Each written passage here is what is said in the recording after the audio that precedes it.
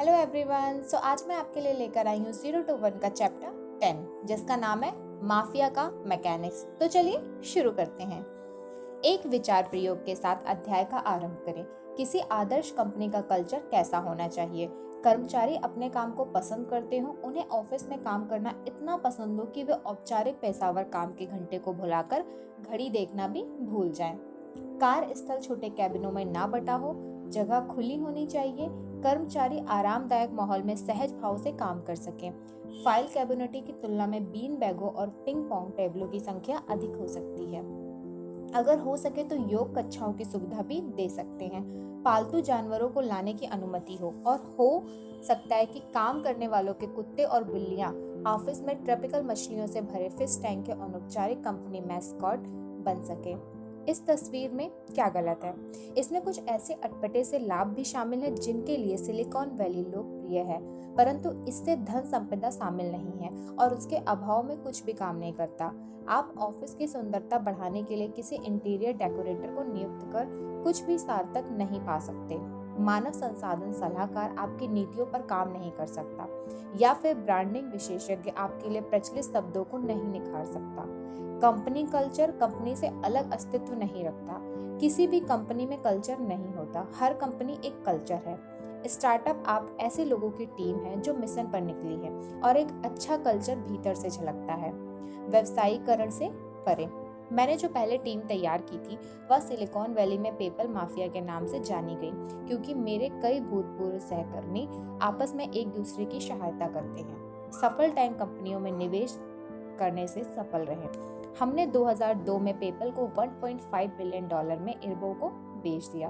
तब से Elon Musk ने स्पेस एक्स की स्थापना करने के साथ साथ टेस्ला मोटर्स की सह स्थापना की। रीड हाफमैन लिंक्डइन के सह संस्थापक रहे। स्टीवन चेन, चेड हर्ले और जावेद करीम ने मिलकर यूट्यूब बनाया। जर्मी स्टेपलमैन और रसल साइमंस ने येलेप की स्थापना की। डेविड ने येमेर की सह स्थापना की और मैं प्लेंटियर का सह संस्थापक बना। आज उन सभी सातों कंपनियों का मूल्य $1 बिलियन से अधिक है। पेपल के ऑफिस की खबरें प्रेस में बहुत अधिक नहीं गई, परंतु टीम ने व्यक्तिगत और सामूहिक रूप से उल्लेखनीय उपलब्धियां हासिल की। कल्चर इतना मजबूत था कि वह मूल कंपनी से भी परे चला गया। हमने रेज्यूमे छांटकर केवल प्रतिभाशाली लोगों को शामिल करते हुए माफिया नहीं बनाया। मैंने आरंभ में ही इस पहल के मिश्रित नतीजे देख लिए थे। जब मैं न्यूयॉर्क लॉ फर्म में काम करता था, मैं जिन वकीलों के साथ काम करता था वे बहुत अच्छा व्यवसाय चला रहे थे और बहुत ही असरदार लोग थे, परंतु उनके बीच में संबंध अच्छे नहीं थे। वे सारा दिन ऑफिस के एक साथ काम करते, परंतु उसके बाद उनके बीच कोई संप्रेषण तक नहीं था। ऐसे लोगों के समूह के साथ काम क्यों करना जो आपस में एक दूसरे को पसंद ही नहीं करते हों। कई बार लोगों को लगता है कि पैसा कमाने के लिए इतना बलिदान करना जरूरी है, परंतु कार्यस्थल को केवल व्यावसायिक नजरिए से देखना, जिसमें फ्री एजेंट सौदेबाजी करते ही दिखाई देते हों, इससे बुरा और क्या हो सकता है। समय आपके लिए बहुत मायने रखता है, तो इसे ऐसे लोगों के बीच बिताना अजीब लग सकता है जो आने वाले कल के लिए मिलकर कोई दीर्घकालीन सोच न रखते हों। यदि आप काम के दौरान बीते अपने समय के साथ टिकाऊ संबंध नहीं देख सकते, तो अपने आप ने समय का बेहतर निवेश नहीं किया, भले ही वह पूरी तरह से वित्तीय आधार पर ही क्यों ना हो रहा हो। मैं आरंभ से ही चाहता था कि पेपल केवल कारोबारी ना कर रहे और लोग आपस में गठबंधन के साथ काम करें। मेरा मानना था कि मजबूत संबंध न केवल काम के दौरान हमें खुश रखेंगे, बल्कि हम पेपल से परे अपने कैरियर्स में भी सफल हो सकेंगे। लोगों को प्रतिभाशाली होना चाहिए, पर इससे भी ज्यादा जरूरी होगा कि वे हमारे साथ काम करते हुए उत्साहित अनुभव करें। यही पेपल माफिया की शुरुआत थी। नियुक्ति से जुड़े षड्यंत्रकारी। नए सदस्यों की नियुक्ति किसी भी कंपनी की मूल क्षमता से जुड़ी है। इसके लिए बाहरी संस्थानों की सहायता नहीं लेनी चाहिए। आपको ऐसे लोग चाहिए जो केवल कागजी पर हुनरमंद ना लगे। नियुक्ति होने के बाद सबके साथ मिलकर अच्छी तरह काम भी कर सकें। पहले 4 या 5 लोगों अंशों की भारी मात्रा या हाई प्रोफाइल जिम्मेदारियां से आकर्षित हो सकते हैं। उन सबको भुलाकर आपको इस प्रश्न का उत्तर देना होगा, किसी 20वें कर्मचारी को अपनी कंपनी का हिस्सा क्यों बनाना चाहिए। प्रतिभावान लोगों को केवल आपके लिए ही काम करने की जरूरत नहीं है, उनके पास बहुत सारे विकल्प मौजूद हैं। आपको स्वयं से इस प्रश्न का और उपयुक्त संस्करण पूछना चाहिए। कोई आपकी कंपनी में एक इंजीनियर के रूप में क्यों आना चाहेगा, जबकि उसे गूगल में कई अधिक वेतन और मान मिल रहा है। इसके कुछ बुरे उत्तर हो सकते हैं। किसी भी जगह की तुलना में यहाँ आपके अंश विकल्प कहीं अधिक बेहतर होंगे। आपको दुनिया के सबसे अधिक होशियार लोगों के साथ काम करने का मौका मिलेगा। आप दुनिया की सबसे चुनौतीपूर्ण समस्याओं को हल करने में मदद कर सकते हैं। अच्छे स्टॉक, होशियार लोगों या समस्याओं को हल करने में क्या परेशानी है, इसमें क्या बुराई है, पर हर कंपनी यही दावा करती है, इसलिए ये आपके काम नहीं आने वाले। इन बातों से स्पष्ट नहीं होता कि किसी नए सदस्य को किसी दूसरी कंपनी की तुलना में आपकी कंपनी का हिस्सा क्यों बनना चाहिए। एकमात्र अच्छे उत्तर केवल आपकी कंपनी से ही जुड़े होंगे, इसलिए वे उत्तर आपको इस पुस्तक में नहीं मिल सकते, परंतु इसके लिए आमतौर पर 2 अच्छे प्रकार के उत्तर हो सकते हैं। आपके मिशन से जुड़े उत्तर और आपकी टीम से जुड़े उत्तर। यदि आप अपने मिशन की विस्तार से चर्चा कर सके तो आप उन लोगों को अपने साथ काम करने के लिए मना सकेंगे जिन्हें आप अपनी कंपनी में देखना चाहते हैं। आपको बताना होगा कि आप कोई अहम काम क्यों कर रहे हैं जिससे कोई दूसरा नहीं कर सका। केवल यही एक चीज आपको अनूठा दिखा सकती है। पेपर में अगर आप यूएस डॉलर की तुलना में एक नई डिजिटल करेंसी बनाने के लिए उत्साहित होते तो हम आपसे बात करना चाहते थे, यदि नहीं तो आप हमारे लिए उपयुक्त नहीं थे। खैर, केवल एक अच्छे मिशन का होना ही काफी नहीं होता। जो भी नया सदस्य आपकी कंपनी में हिस्सा बनकर काम करना चाहेगा वह यह अवश्य सोचेगा, क्या ये उस तरह के लोग हैं जिनके साथ मैं काम करना चाहता हूँ। आपको यह बताने लायक होना चाहिए कि आपकी कंपनी निजी रूप से उसके लिए उपयुक्त क्यों है, और यदि आप ऐसा नहीं कर सकते तो शायद वह उपयुक्त मेल नहीं है।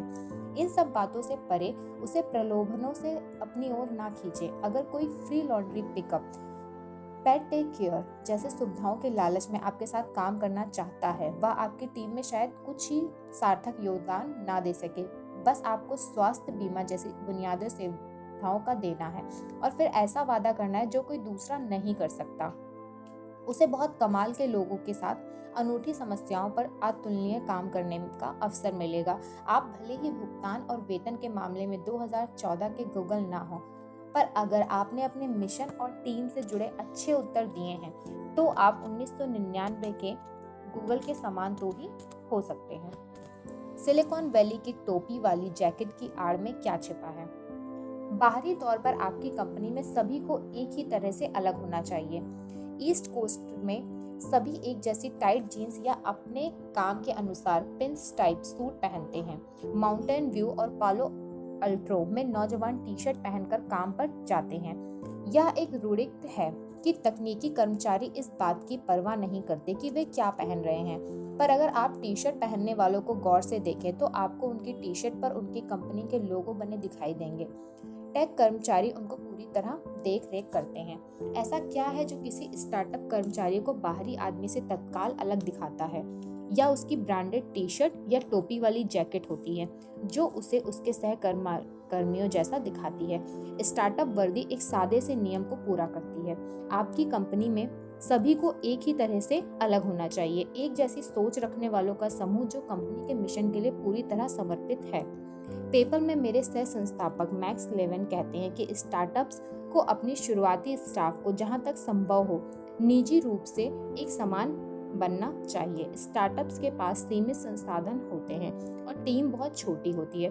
उन्हें बने रहने के लिए बहुत तेजी और असरदार तरीके से काम करना होगा, और जब सभी एक जैसी दुनिया को समझ रखते हो तो ऐसा करना थोड़ा आसान हो जाता है। पेपल की आरंभिक टीम ने बहुत अच्छा काम किया क्योंकि हम सभी एक प्रकार के एकनिष्ठ बुद्धिमान थे। हम सभी को साइंस फिक्शन पसंद था, क्रिप्टोनॉमिक के लिए पढ़ाई की जरूरत थी, और हम पूंजीवादी स्टार वर्स से लेकर साम्यवादी स्टार टेक्स तक सब कुछ को वीरता देते।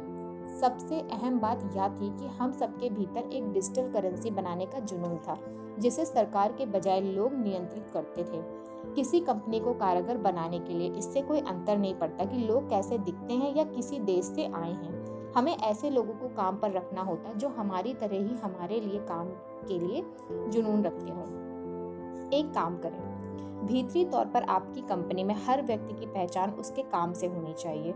जब स्टार्टअप में कर्मचारियों को जिम्मेदारी सौंपी जाए तो आप इसके आरंभ में ऐसा कर सकते हैं कि कामों के साथ उनकी प्रतिभा का समुचित मिलान करते हुए समस्याओं को हल करें, परंतु भले ही आप इसे कितने भी बेहतर तरीके से क्यों ना कर लें, इसे आपके आगे बिखरते देर नहीं लगेगी। यह आंशिक तौर पर इसलिए भी सच है क्योंकि स्टार्टअप्स को तेजी से आगे बढ़ना होता है, इसलिए व्यक्तिगत भूमिकाओं को लंबे समय तक स्थिर नहीं रख सकते, परंतु यह इसलिए भी होता है कि लोगों को सौंपे गए काम और कर्मचारियों के बीच संबंध ही नहीं, बल्कि कर्मचारियों के आपसी संबंधों के बारे में होते हैं। पेपल में मैनेजर के रूप में मैंने अपनी ओर से सबसे बेहतर काम यही किया कि हर व्यक्ति को केवल एक ही काम के लिए जवाबदेह बनाया। हर कर्मचारी की एक चीज अनूठी थी और हर कोई जानता था कि मैं उसी के काम के आधार पर उसका मूल्यांकन करूंगा। मैंने ऐसा करना आरंभ किया ताकि लोगों के बीच काम बांटना आसान हो सके, पर फिर मैंने इसके गहरे नतीजे पर ध्यान दिया। भूमिकाओं को परिभाषित करने से संघर्ष घट रहा था। किसी भी कंपनी के भीतर अधिकतर लड़ाइयाँ तभी होती हैं जब सहकर्मी एक जैसी जिम्मेदारियां के लिए प्रतियोगिता करते हैं। स्टार्टअप्स में यह समस्या और भी बढ़ सकती है क्योंकि आरंभ में भूमिकाओं को परिभाषित करना मुश्किल होता है और वे तेजी से बदलती हैं। अगर इस प्रतियोगिता को समाप्त कर दिया जाए तो सबके लिए दीर्घकालीन संबंध बनाना सरल हो जाता है, जो केवल पेशेवर रवैये से परे चले जाते हैं।